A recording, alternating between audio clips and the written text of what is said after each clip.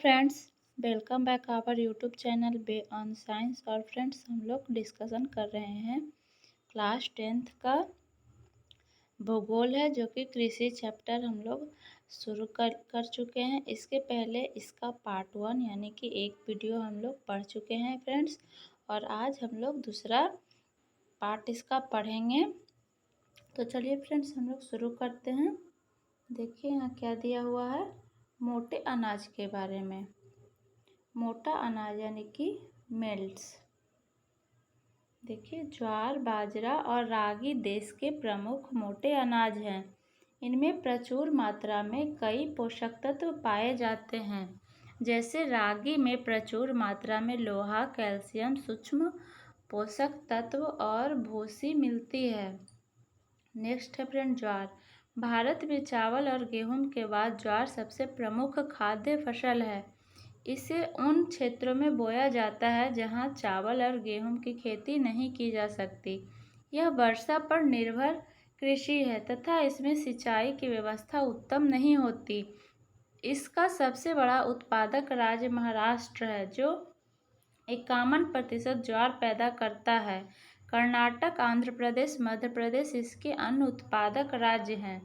मोटे तौर पर ज्वार के उत्पादन के अंतर्गत 16.5% कृषि भूमि लगती है और इससे भारत का 10% खाद्यान्न उत्पन्न होता है। भारत का 75% ज्वार पठारी भागों में पैदा किया जाता है। नेक्स्ट है फ्रेंड, बाजरा। बाजरा की कुल कृषि भूमि के 7% भूमि पर उगाया जाता है। निर्धन लोगों के लिए पशुओं का यह प्रमुख आहार है। यह बलुआ और उथली काली मिट्टी पर अधिकांशतः उगाया जाता है। बाजरा का सबसे बड़ा उत्पादक राज्य गुजरात, जो कि 24%, राजस्थान 20%, उत्तर प्रदेश जो है 13% और महाराष्ट्र 10% बाजरा उत्पन्न करता है। नेक्स्ट है फ्रेंड, देखिए दिया हुआ है रागी। यह जो है शुष्क प्रदेश की फसल है।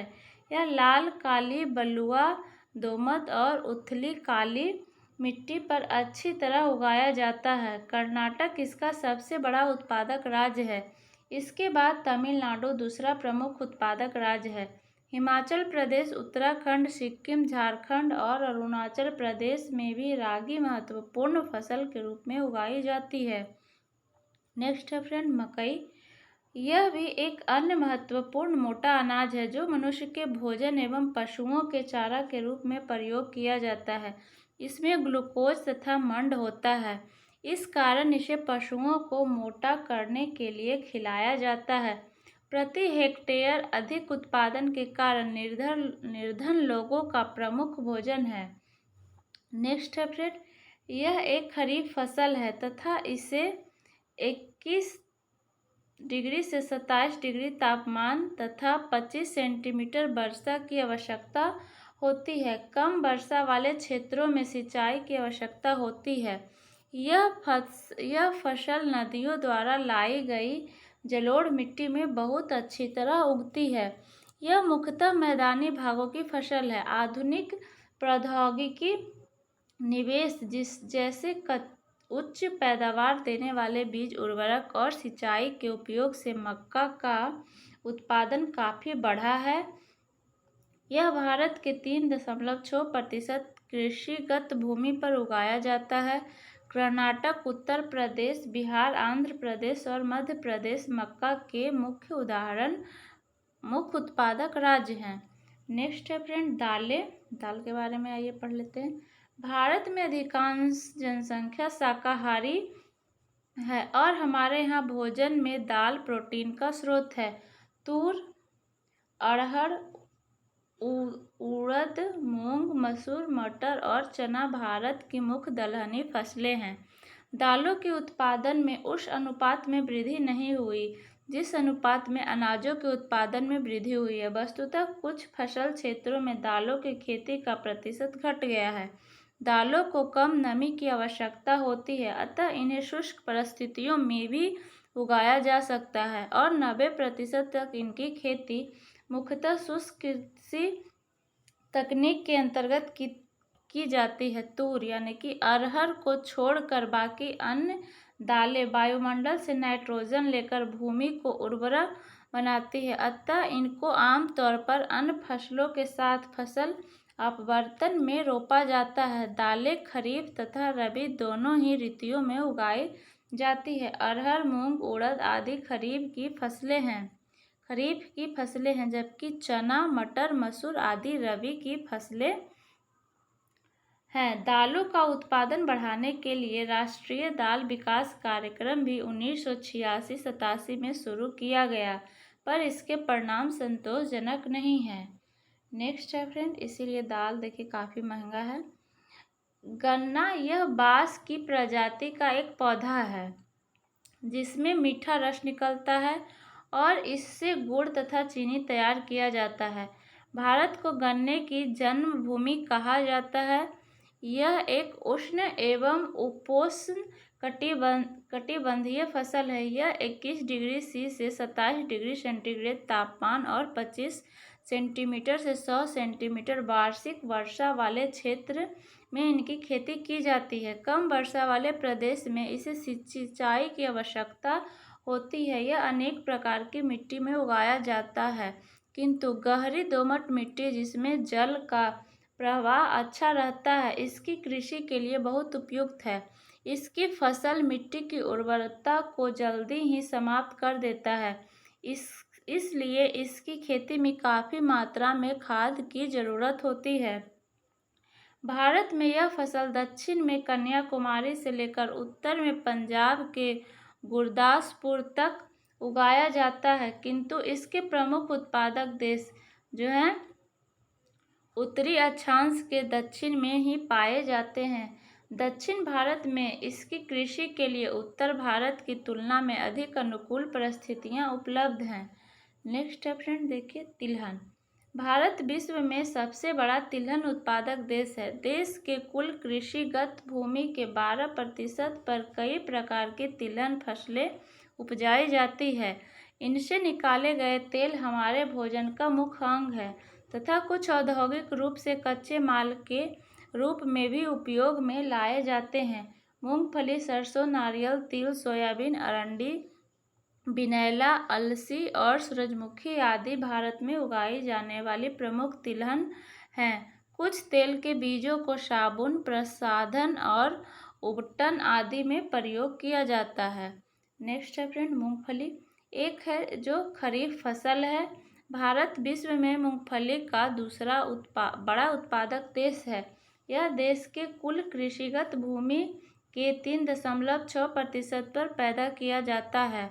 भारत में कुल तिलहनों का आधा उत्पादन मूंगफली से ही प्राप्त होता है। गुजरात इसके उत्पादन में भारत में सर्वप्रथम है। अन्य उत्पादक राज्यों में आंध्र प्रदेश, कर्नाटक तथा महाराष्ट्र हैं। नेक्स्ट है फ्रेंड, सरसों। इसके अंतर्गत राई, सरसों, तोरिया, तारामीरा आदि कई तिलहन शामिल हैं। यह रबी उपोष्ण कटिबंधीय फसल है और इसकी कृषि भारत के मध्य तथा उत्तर पश्चिम भाग में रबी के मौसम में की जाती है। पाला इसकी कृषि के लिए हानिकारक है, इस कारण से इसका उत्पादन बहुत प्रभावी होता है। पाला मतलब जो ठंड होता है, जो शीतलहरी गिरता है, वो प्रभावित होता है तथा परिवर्तनशील है। इसके उत्पादन में वृद्धि के लिए नए प्रौद्योगिकी का विकास किया गया है, जिसमें उन्नत बीजों का प्रयोग कर सिंचाई आदि शामिल है। इसके उत्पादन का 1/3 भाग राजस्थान द्वारा प्राप्त होता है। अन्य उत्पादक राज्य उत्तर प्रदेश, हरियाणा, पश्चिम बंगाल तथा मध्य प्रदेश हैं। इसकी प्रति हेक्टेयर उत्पादन हरियाणा तथा पंजाब में बहुत अधिक है। नेक्स्ट है फ्रेंड, अलसी यानी कि तीसी एक अन्य रबी तिलहन फसल है। इसका कई औद्योगिक उपयोग है। तिल उत्तरी भारत में खरीफ फसल है और दक्षिण भारत में रबी की फसल है। अंडी खरीफ और रबी दोनों ही फसल के रूप में उगाई जाती है। सोयाबीन तथा सूरजमुखी भारत के अन्य महत्वपूर्ण तिलहन है। सोयाबीन मुख्यतः मध्य प्रदेश एवं महाराष्ट्र में उगाया जाता है। ये दोनों राज्यों मिलकर भारत का 90% सोयाबीन पैदा करते हैं। सूरजमुखी की फसल मुख्यतः दक्षिण भारत के कर्नाटक, आंध्र प्रदेश, महाराष्ट्र आदि में होता है। उत्तरी भारत में यह उतनी महत्वपूर्ण फसल नहीं है, किंतु सिंचित क्षेत्रों में इसकी उपज अच्छी होती है। नेक्स्ट है फ्रेंड चाय। यह सदाबहार झाड़ी होती है जिसकी पत्तियों को सुखाकर चाय बनाई जाती है। इनमें थीन नामक एक पदार्थ होता है जिसके कारण इसे पीने से हल्की ताजगी महसूस होती है। यह भारत की एक महत्वपूर्ण पेय फसल है। इस फसल के उत्पादन में भारत विश्व में दूसरा है तथा खपत में यह विश्व का सबसे बड़ा देश है। यह रोपण कृषि के अंतर्गत आता है। सर्वप्रथम अंग्रेजों द्वारा इसकी कृषि को ब्रह्मपुत्र घाटी में 1840 में आरंभ किया गया था। यह प्रदेश आज भी देश का प्रमुख उत्पादन क्षेत्र है। नेक्स्ट है फ्रेंड चाय उष्ण तथा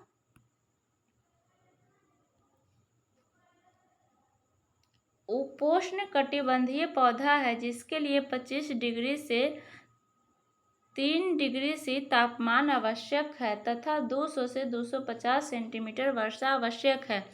इसके लिए ढलुआ जमीन भी आवश्यक है ताकि पानी का जमाव जड़ों के पास न हो सके।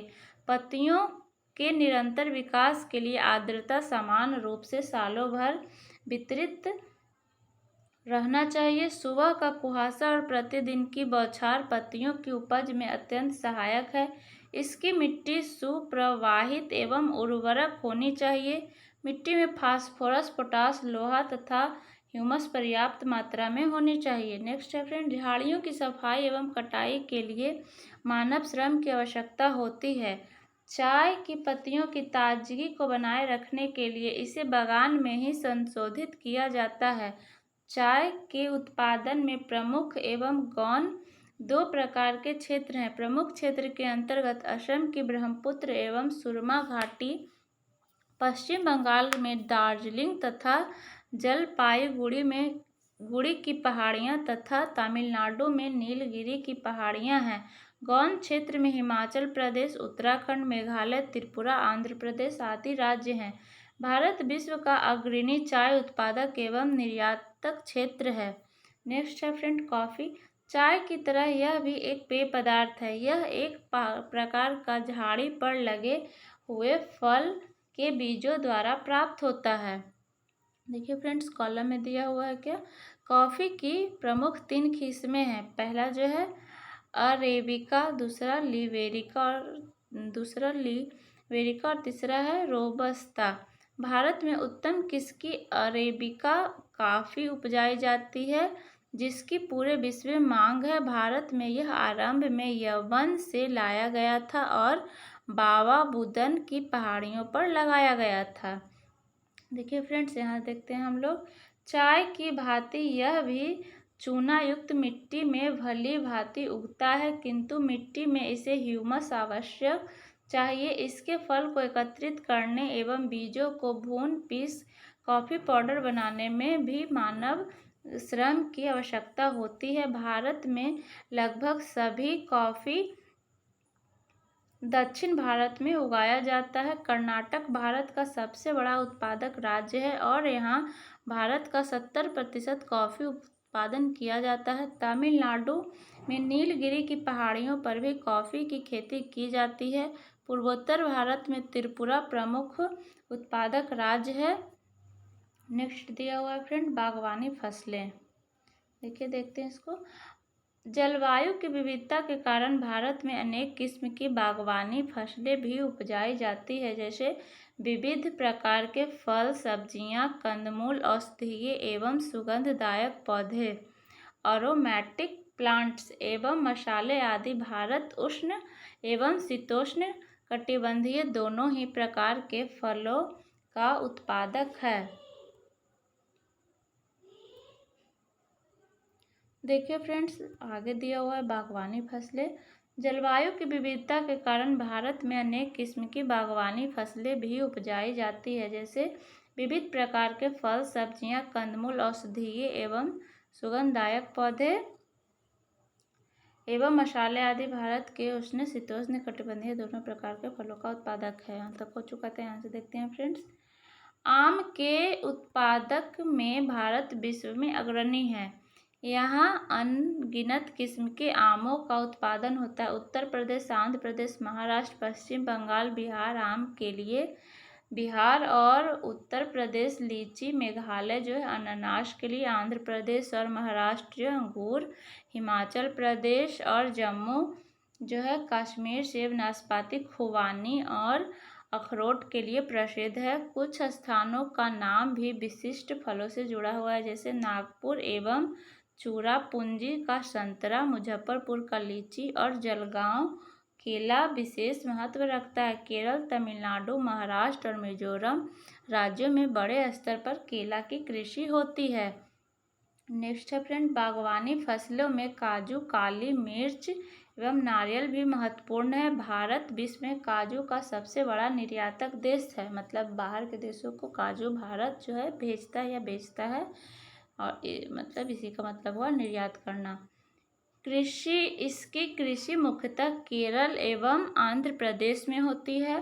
काली मिर्च की खेती केरल के पश्चिम घाट प्रदेश में तथा नारियल की कृषि केरल, तमिलनाडु, आंध्र प्रदेश, कर्नाटक के तटीय प्रदेश में होती है। अब आगे है फ्रेंड्स, अखाद्य फसलें जो खाने वाला नहीं है। देखिए फ्रेंड्स, इसमें आ जाएगा रबड़।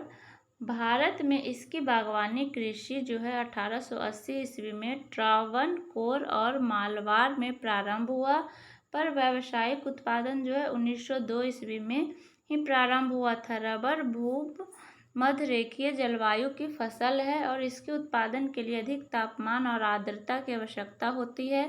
केरल, तमिलनाडु, कर्नाटक, अंडमान निकोबार द्वीप समूह और मेघालय के गोरो पहाड़ियों में इसकी कृषि होती है।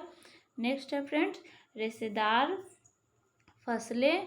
इसमें आ जाएगा कपास, जूट, सन और प्राकृतिक रेशम भारत के 4 प्रमुख रेशेदार फसलें हैं। इनसे प्राकृतिक रेशम के कीड़े को कोकून से प्राप्त होता है।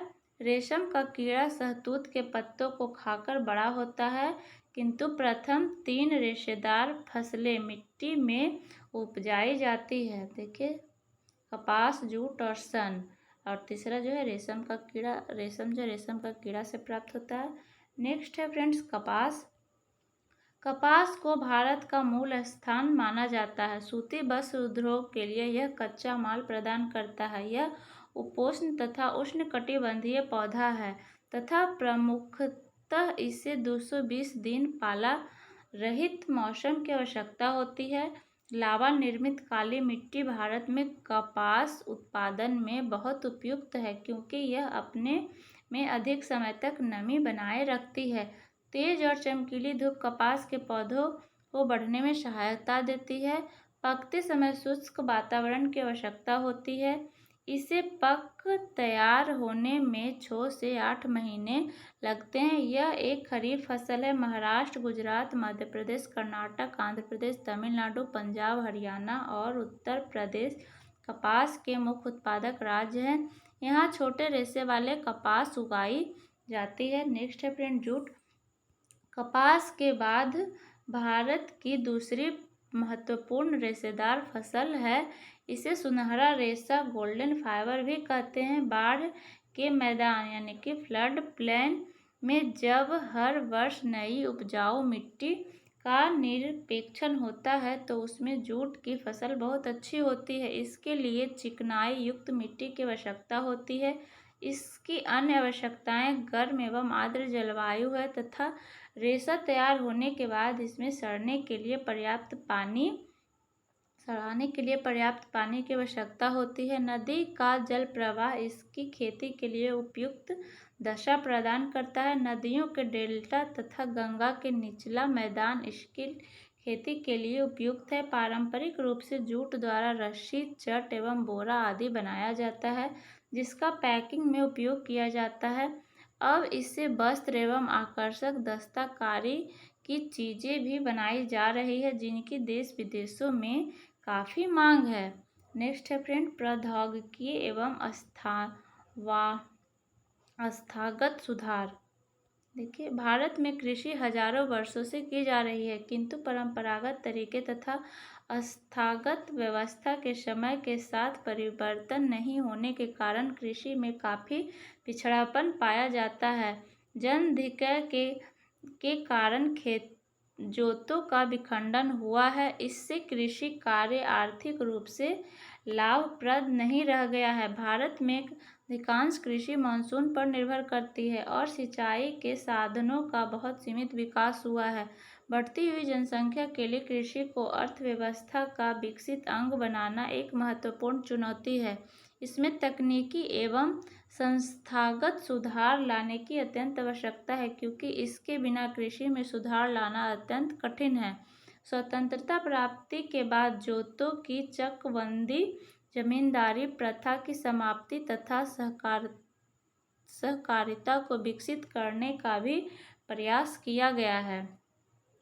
आगे है फ्रेंड्स, पंचवर्षीय योजनाओं में भूमि सुधार को मुख्य रूप से लक्षित किया गया, किंतु भूमि सुधार अधिनियम क्रियान्वयन ठीक तरीके से नहीं हो सका। 1960 से 70 के दशक में कृषि में सुधार के लिए यह एक विशेष पैकेज भी लाई गई। इसी पैकेज से गेहूं की कृषि में हरित क्रांति की शुरुआत हुई।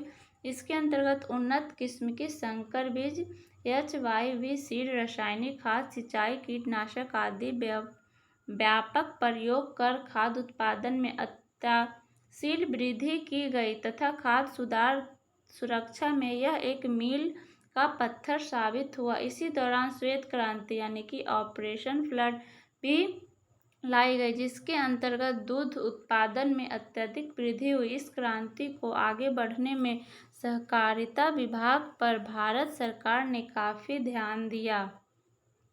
आगे है फ्रेंड्स, देखिए 1980 तथा 90 के दशकों में व्यापक भूमि विकास कार्यक्रम शुरू हुआ। इसमें संस्थागत तथा तकनीकी विकास कार्यक्रम पर विशेष ध्यान दिया गया। वर्षाधीन क्षेत्रों की कृषि की उन्नति का इसमें विशेष प्रयास किया गया। प्राकृतिक आपदाओं से होने वाली क्षति से किसानों को सुरक्षित करने के लिए फसल बीमा योजना लागू की गई।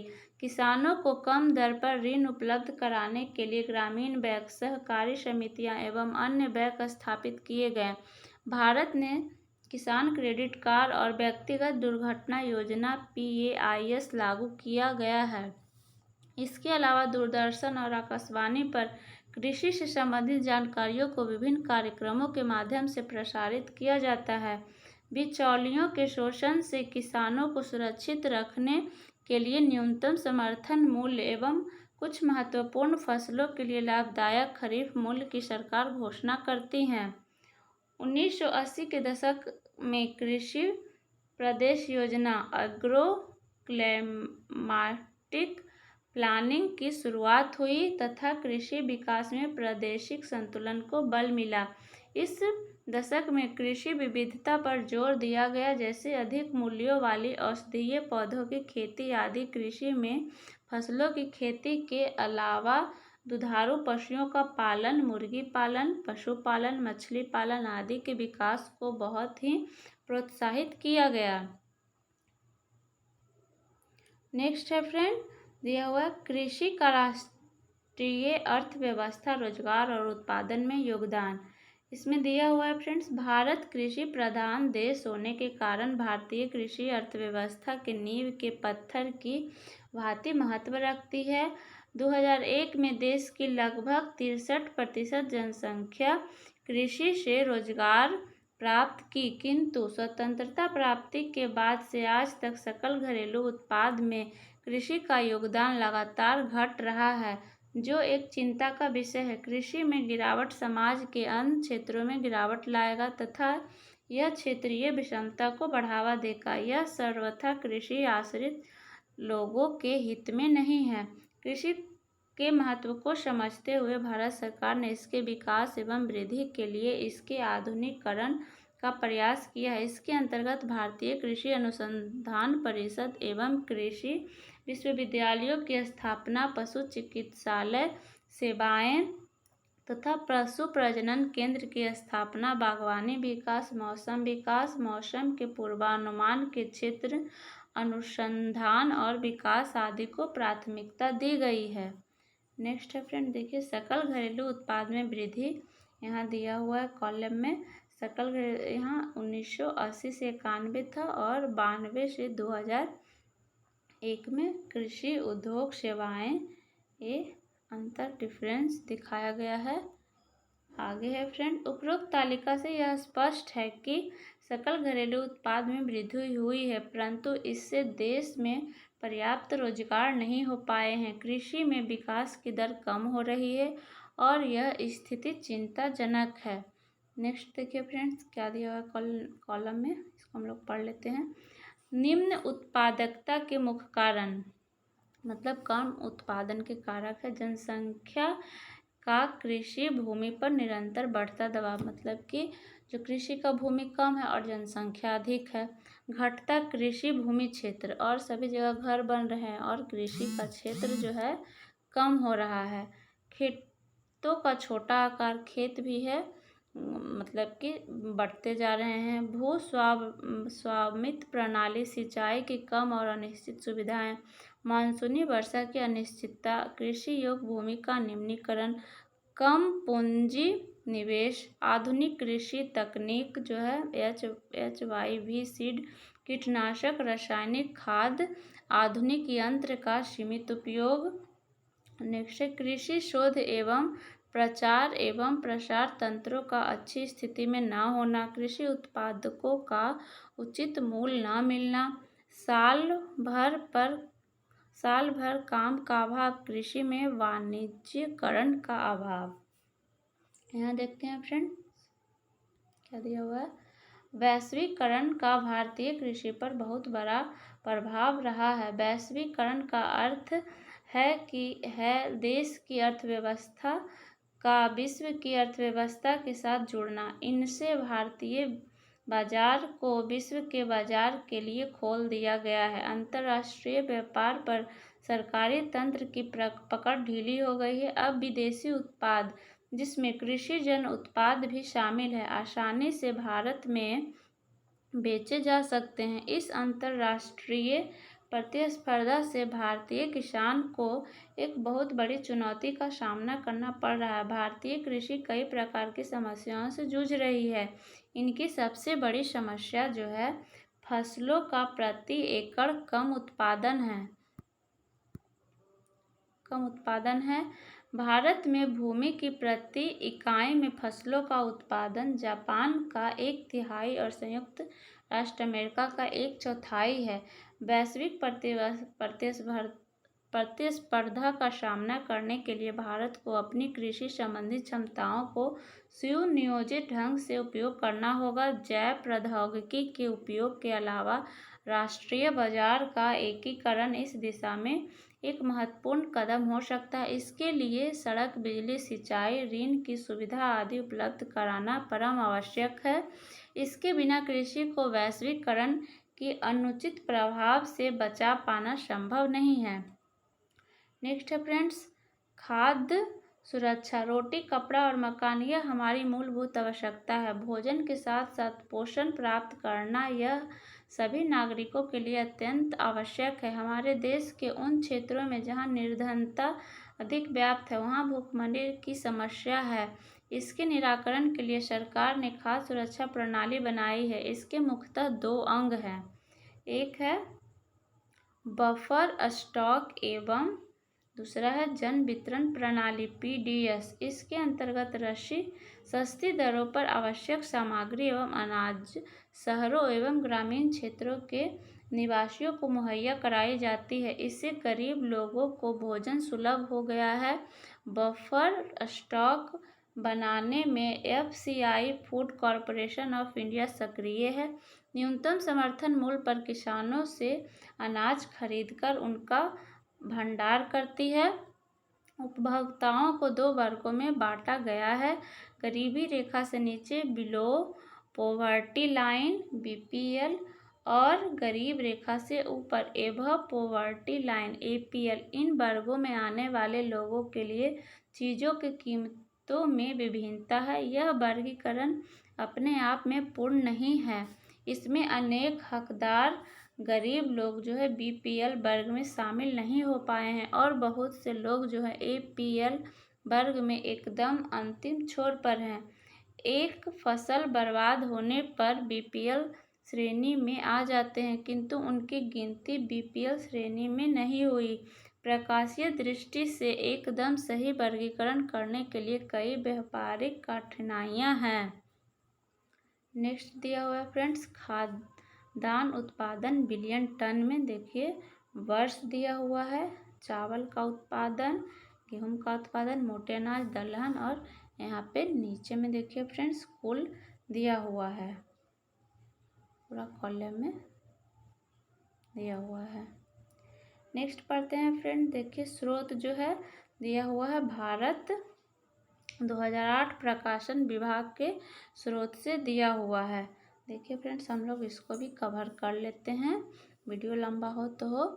ये चैप्टर का वीडियो है फ्रेंड्स, इसीलिए हम लोग इसमें ज़्यादा कुछ बस पढ़ के हम लोग समझ सकते हैं, इसीलिए इसको जल्दी जल्दी कवर कर देते हैं।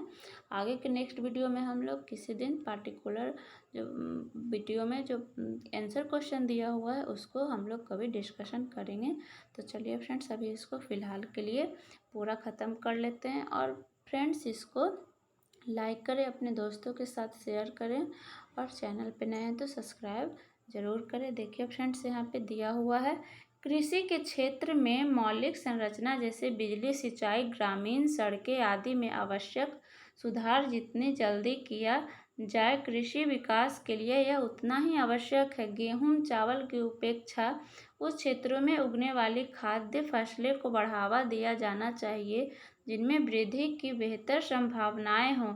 सतत पोषणीय आधार पर खाद्यान्न उत्पादन में वृद्धि करना अत्यंत आवश्यक है, क्योंकि भारत की बढ़ती हुई जनसंख्या को खाद्य सुरक्षा की जरूरत है। फल, सब्जी, तिलहन, औद्योगिक फसलों आदि की खेती में लगी हुई भूमि में निरंतर वृद्धि हो रही है। वहीं दूसरी ओर खाद्य एवं दालों के अंतर्गत लगी भूमि निरंतर घट रही है। बढ़ती जनसंख्या के कारण गैर कृषि कार्यों के अंतर्गत जो भूमि का प्रतिशत बढ़ रहा है। हरित क्रांति में लाए गए प्रौद्योगिकी, कीटनाशी, पीड़कनाशी, रासायनिक उर्वरक के कारण मिट्टी का निम्नीकरण एवं भारी समस्या है। सिंचाई या असक्षम जल प्रबंधन से जल क्रांता, वाटर लॉगिंग और लवणता जो है साल्टिनिटी की समस्या पैदा हो गई है। किसानों को मुफ्त बिजली मिलने के कारण भूमिगत जल को सिंचाई के संसाधनों द्वारा अंधाधुंध उपयोग किया जाने लगा। फलतः भूमिगत जल के भंडार के कारण नलकूप सूख गए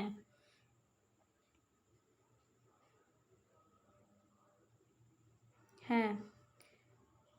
इसको पढ़ लेते हैं फ्रेंड्स। पारिभाषिक शब्द जो है वर्धन काल है, इसका मतलब होता है फसल बोने, बढ़ने और पकाने के लिए उपयुक्त मौसम वाला समय।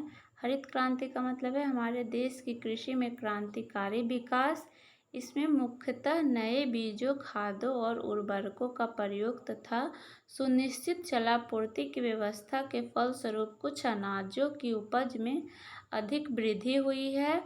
रोपण कृषि का मतलब है बड़ी बड़ी आर्थिक इकाइयों में व्यावहारिक उत्पादन के लिए एक या एक से अधिक किस्म के पौधे के रोपण की पद्धति।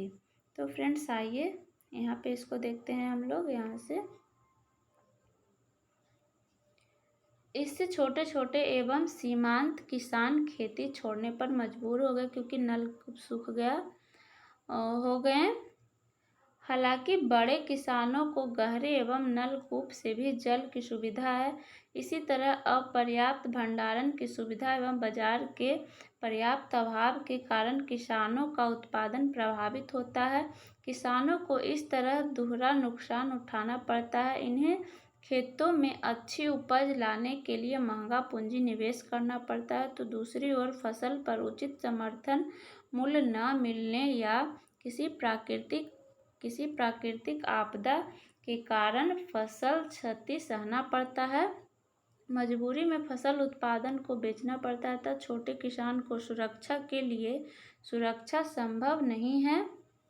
नेक्स्ट है फ्रेंड्स, पशुपालन एवं दूध विकास भारतीय कृषि में छोटे एवं सीमांत किसानों के विकास में बहुत सहायक है। इसके द्वारा इनकी आमदनी को बढ़ाया जा रहा है तथा इनके जीवन स्तर को सुधारा जा रहा है। इसके माध्यम से अर्ध शहरी क्षेत्रों, आदिवासी बहुल क्षेत्रों एवं सूखाग्रस्त क्षेत्रों के निवासियों की आमदनी के वृद्धि की बहुत संभावनाएं हैं। भारत में विश्व का सबसे अधिक पशुधन है।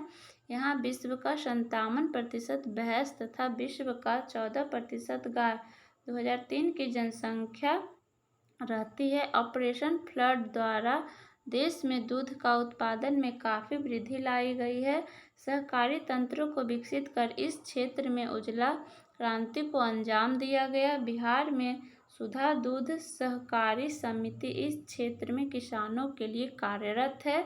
बागवानी कृषि का भी विकल्प अब भारतीय कृषि के क्षितिज पर चमक रहा है। स्वयं सहायता समूह, श्रम सेवी संगठन इस क्षेत्र में काम कर रहे हैं। सब्जियों, फलों, फूलों, औषधीय जड़ी बूटियों आदि की कृषि काफ़ी जोर जो है पकड़ते जा रही है। अब जो है देखिए फल सब्जी, मतलब अब सब्जी का युग जो सब कोई कर रहा है। फल फूल औषधीय धीरे धीरे जानकारी होने से ये सब चीज़ों का कृषि में जोर पकड़ते जा रहा है। देखिए फ्रेंड्स, नेक्स्ट है हम लोग का अभ्यास प्रश्न। देखिए निम्नलिखित प्रश्न के उत्तर, तो ये सब हम लोग किसी दिन पार्टिकुलर वीडियो में हम लोग अलग से वीडियो बना के सारा क्वेश्चन आंसर करेंगे। तो फ्रेंड्स, आज का वीडियो हम लोग यहीं तक रहने देते हैं। Thanks for watching.